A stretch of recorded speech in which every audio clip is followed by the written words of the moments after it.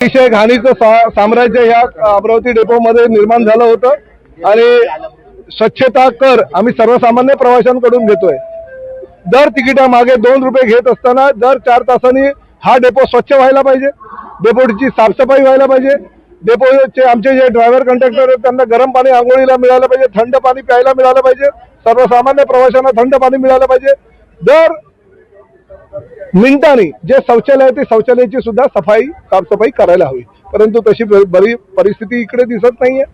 कुठल्याही ठेकेदाराकडून काम करून घेत नाहीये, मशीन्स त्या ठेकेदाराचे तिकडेच पडलेले आहेत आणि त्यामुळे जर बेजबाबदाररीत्याने आमचे जर अधिकारी आणि कर्मचारी वागत नसतील तर त्यांच्यावर कठोर कारवाई करण्याशिवाय पर्याय नाही। मी 2 अधिकाऱ्यांना ताबडतोब जागेवर निलंबित केलेलं आहे।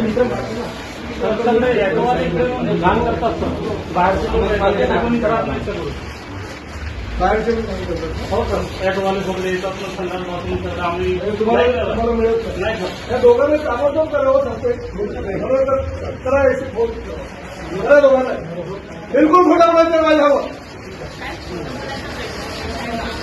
प्रश्न आहे म्हणजे काय हे लोक खोटं बोलतात।